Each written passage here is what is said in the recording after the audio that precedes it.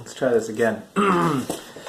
Last time I did this video, it didn't save. So, this spoon carving, sharpening Sloyd knives part 2, where we left off was using your lowest grit until your edge geometry was correct, which is, we tested that with the flash method. So if you haven't watched that first video, go back and watch the first video. Once you have your edge geometry perfect, it's a perfect sharp point, you then want to start walking your way up through the grits. And the rule of thumb is to simply double. If you're doubling the grit number, then you're going to do about 10 to 15 passes per side.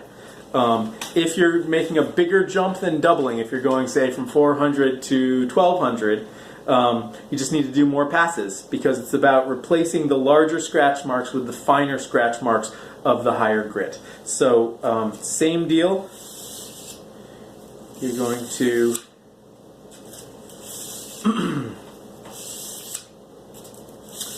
go back and forth until you've done 10 to 15 strokes. Now, as you get up into the higher grits here, you want to be even more mindful of your technique, because when you're in the lowest grit, you have this tactile feedback loop where once you've established those scratch marks after the initial couple passes, if you then get sloppy and rock back off of that bevel a little bit, you're going to feel it like a car going off the edge of the road. Bump, bump, bump, bump, bump, bump, bump.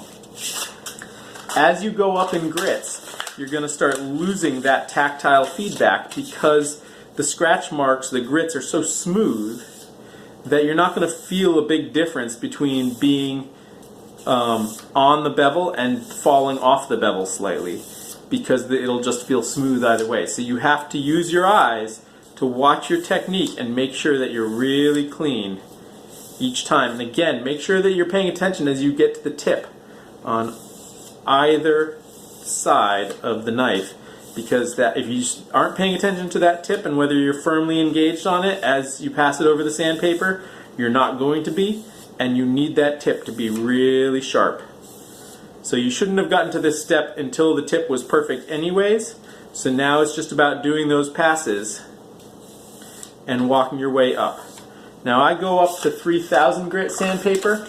You can buy sandpaper that goes up to 5000, 7000 grit. I find that a little overkill, particularly if you're planning on stropping.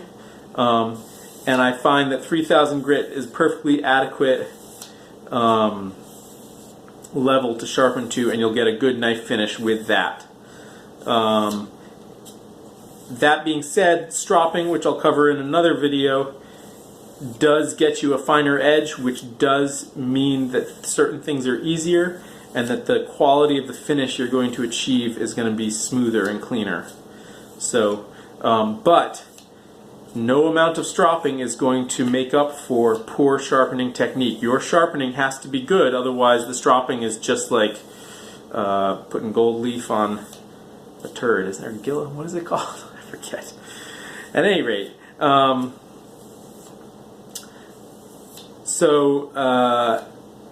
make sure that your sharpening is as clean as you can get it.